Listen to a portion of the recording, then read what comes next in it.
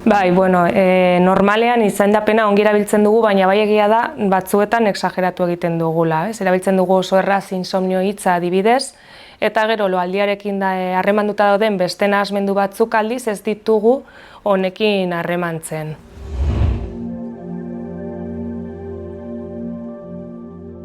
Bai, askotan erabiltzen dugu bakarrik loaldearen nahasmenduarekin harremanduta insomnioa, baina badaude beste asko gehiago, eta adibidez dauzkagu beste patologia batzuekin harremana dutenak, apneak edo horrelakoak, eta ere gure atsedenean eragiten dituztenak.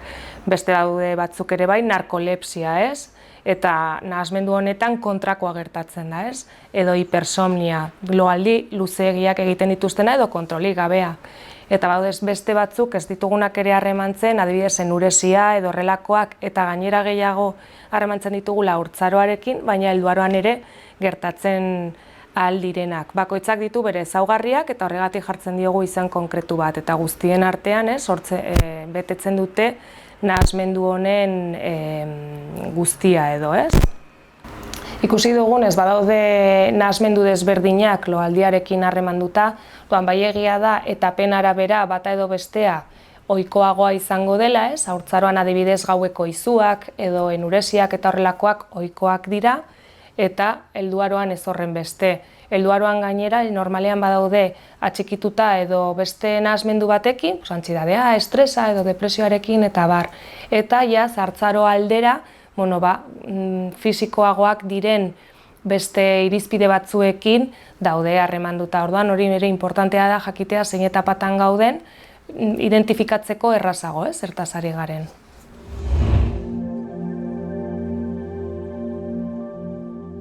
Batzuetan daukagu arrazoi simple bat eta da bukle batean sartzen garela, ez? Gau-txar bat pasatu ostean, nekea hasten da, hasten gara loaldia gaizki egiten, adibidez gehiago egunez lo egiten, orduan gauean ez dugu egiten, eta hor desoreka bat sortzen da, eta izango litzateke aldaketa konduktual bat, ez? Baina gero beste batzuetan atxikituta daude beste arazoei, adibidez haurtzaroan, ez? Izan daiteke trauma baten ostean, aldaketa baten ostean, familia apurtu dela, edo klasez aldatu dutela aurra, horrelako gauzek ere eragiten dituzte, loaldian eraginak, adibidez ditugun moduan izuak, edo enuresiak, edo horrelakoak. Gero, badaude beste faktore batzuk helduaroan batez ere estresarekin eta antsiedadearekin loturik daudenak, eta izan daiteke ere bukle bat bezala, ez? Azkenean beste sintoma batzuek eragiten dute gure egoera emozionalean, gure loaldian eragiten dute baldintzatuz, eta azkenean ere sortzen aldira loaldiarekin harremanduta dauden nahasmenduak. Eta gero, askotan ere hereditarioak diren beste genetikoki, hartuko ditugun beste faktore batzuk, asmarekin, arnasketarekin eta beste batzuekin. Eta gero batez ere, bizitzan zehar ikasi ez baldin baditugu zeinbat baliabide loaldiarekin harremanduta, erlaxazioarekin eta bar, azkenean ere nahasmendu hauek sortzen aldirela. Haurren kasuan nahiko ikusgarriak izaten dira. Ohean txisa egin dutelako, edo oso beldurtuta altxatu direlako adibidez, edo ikusten dugulako askotan altxatzen direla ohetik edo zein ordutan. Bai ohera joateko orduan edo bai gauean zeharrez, edo oso goiz esnatzen direla. Adinagora joan ahala beste sintomak izango ditugu. Batez ere nekea. Ikusten badugu nekea egunean zehar eta astean zehar eta mantentzen dela, adi egon behar dugu. Agian naiz eta orduak lo egin, gero ez dugu atsedenik hartzen. Beste sintoma bat haserrea da. Lorik egiten ez dugunean nahiko haserre egoten gara. Eta beste batzutan inkluso kontzientzia galtzen aldugu gure realitatearekin, ez? Pertzepzioan eragiten du eta ez daukagu gure inguruaren pertzepzio egokia eta horrek eragiten ditu beste sintoma batzuk harremantzen direnak ere beste nahasmendu batzuekin.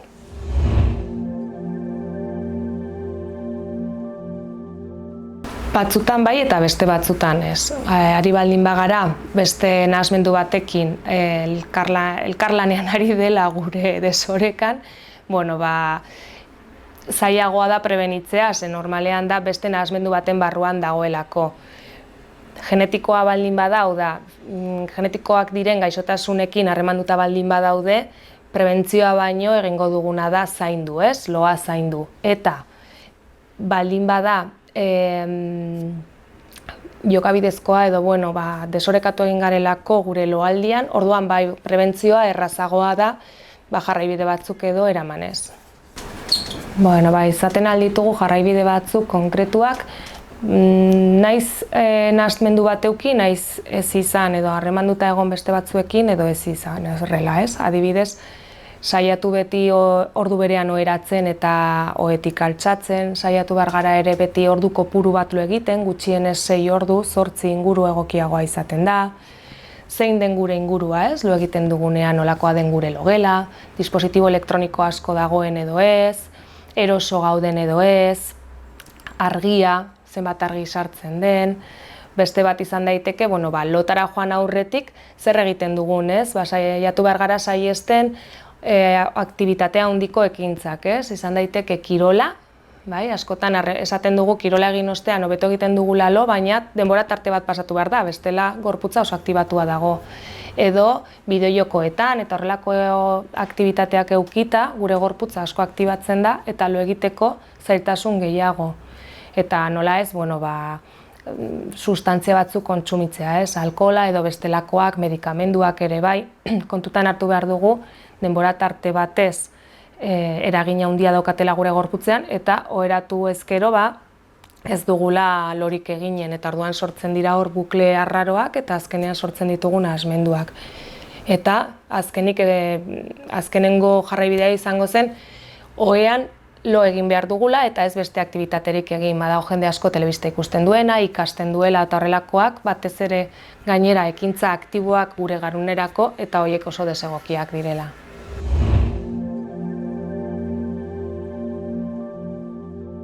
Ondorioak desberdinak izan daitekez. Hasiko bagina gorputzetik, egon daitezke ondorio kardiobaskularrak eta metabolikoak eta hori argi izan behar dugu askotan gure gorputza desorekatu egiten da eta orduan sortzen aldira bihotzeko arazoak edo gizentzea ere bai, edo horrelako gaixotasunak, edo horrelako ondorioak. Orduan, loaldia bakarrik ez du eragiten gure funtzionamendu normalean, baizik eta gure gorputzean ere bai. Badaude beste ondorio batzuk, hor izan daitezke edo atxikituta bai lehendik edo bai ostean, ez? Eta diradez, loaldiarekin harremandutako nahasmendu hauek irauten baldin badute denboran, eragiten aldituzte beste batzuk, adibidez antsietatearekin harremanduta, edo depresioarekin, eta asko irauten badu eta gure burua oso desorekatua baldin badago, hauek estremora joaten aldira eta estremoan egongo litzatekeena suizidioa izango zen, ez? Eta gero, beste batzuk eragingo dutenak gure lanean, gure eguneroko bizitzan, ez gaudelako ehuneko ehunean, eta dena gehiago kostatzen delako, oroimenean baduelako ere eragin bat, kontzientzian, kontzentratzeko garaian, eta horrek eragingo duena da gure lana okerrago egitea, etxean okerrago egotea, edo egunerokotasunean egiten ditugunak, kirola, lagunekin egon, eta horrelakoek, alde batera uztea, eta beste arazo batzuk ere sortzea horren inguruan.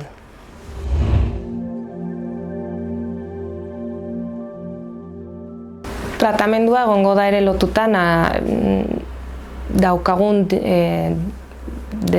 desoreka horrekin harremana, ez? Adibidez, baldin bada oso arina, agian beste jokabide batzuk edo beste modu batzuk ikasiz, ez? Lo egiteko orduan edo erlasatzeko orduan edo gure bizitza aurrera emateko orduan, agian hori desagertu daiteke. Mantetzen baldin bada, gure baliabideak murritzak baldin badira, profesional batengana jo beharko dugu. Eta hemen psikologiaren arloan oso landuta dago eta hortik landu daiteke.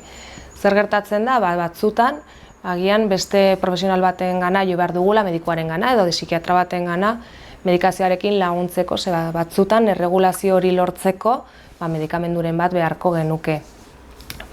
Hori normalean egoera estremoetan izaten da. Eta entrenamendua gure pertsonarengan, ez? Gure gorputza ezagutzen, eta autorregulazioan bai txikitatik, eta gero ja helduarora iritsi arte, ikasten baldin badugu asko hobeto egingo dugulo, eta lehen izan ditugun jarraibideak kontutan eukita, gure atsedena kontutan eukita, gure elikadura, harreman handia daukalako loaldiarekin, gure aktibitate motarekin, horre guztiak lagunduko du loaldia egokia egiten.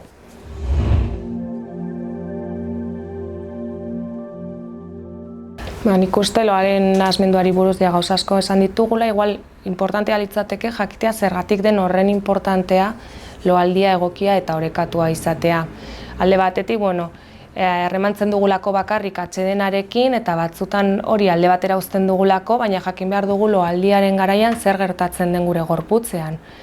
Loaldiaren garaian ez bakarrik atseden hartu baizik eta gure memoria finkatzen dela eta horren fasean egiten dugu, gainera gure gorputza erregulatu egiten da, bai nerviosistema, metabolikoa, endokrinoa eta autorregulaziorako ere erabiltzen dela, bai termikoa eta beste batzuk. Orduan oso kontutan izan behar dugu loaldia ez dela bakarrik atseden hartzeko, baizik gure gorputza denbora horretan erregulatu egiten dela eta oso importantea dena ere memoria finkatzen dela. Gure gizartean oso zabalduta dagoen aurreiritzi bat da edaten dugunean, edo erretzen dugunean, edo zeinbat sustantzia hartzen ditugunean, edo batzutan medikamenduekin ere bai, hobeto egiten dugula lo, baina kontrako efektua daukate, bai, aktibatzaileak dira. Agian egun batean hobeto egingo duzulo, baina denboran zehar luzatzen baldin baduzu, gertatuko dena da kontrakoa. Hau ezabatzea oso importantea da, ze jende asko etortzen zaigu bulegora esanez lo egiteko metodologia bat dela eta ez da, azkenean beste nahasmendu batzuk sortzen dituelako gainera, adibidez dependentziak, orduan arriskutsua ere izan daiteke. Gure irizpideak hor kontutan eukita, gure buruari galdera batzuk egiten aldizkiogu. Azkenengo egunetan, astean, hilabetean edo urtean, zenbatetan esnatzen naiz, zenbat egunez egiten dut lo gaizki astean, irizpide objektiboak bilatuz, ziklikoak dira, konturatu naiz beti udaberrian edo garai konkretu batean loaldia okerragoa dela, edo beste estimulo batekin adibidez, eta gauza konkretu bat gertatzen den aldiro, nik nire loaldia nahasten dut eta arazoak izaten ditut. Orduan hor, ikusi beharko genuke agian profesional batekin zergatik gertatzen den hori, esan duguna gaur txar bat edozeinek eduki dezake, baina denboran zehar mantentzen bada, orduan zerbait egin behar dugu horrekin.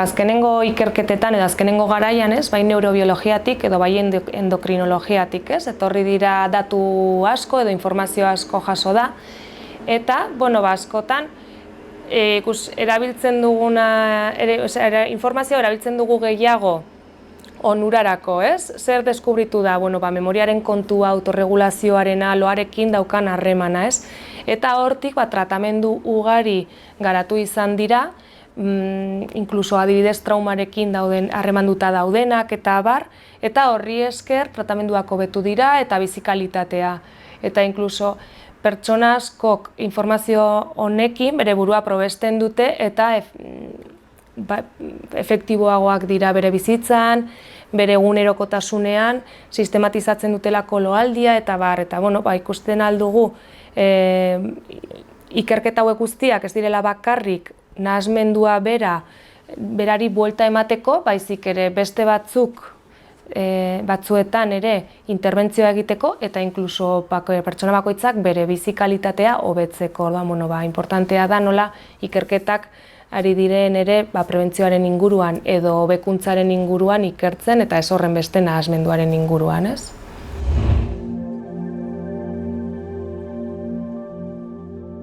Laburbilduz, esan dugunarekin, nik 3 puntu esango nituzke, jarriko nituzke mahai gainean. Lehenengoa izango litzateke insomnioa edo horrelako kontzeptuekin bakarrik ez dagoela harremanduta, loaldiaren nahasmendua, beste askorekin dagoela, eta etaparen arabera gehiago emango direla batzuk edo besteak, beste aldetik esango nuke, kontutan hartzea, loaldiak ez duela bakarrik gure atsedena ziurtatzen, baizik beste batzuk ere bai, ez? Autorregulazioa zentzu guztietan. Eta gainera, ze importantea den loaldia ongi egitea, hobeto egoteko zentzu guztietan, bai memoria, kontzientzia, kontzentrazio aldetik, eta gure egunerokotasunean askoz ere hobeto egongo garela loaldi egokia egiten baldin badugu.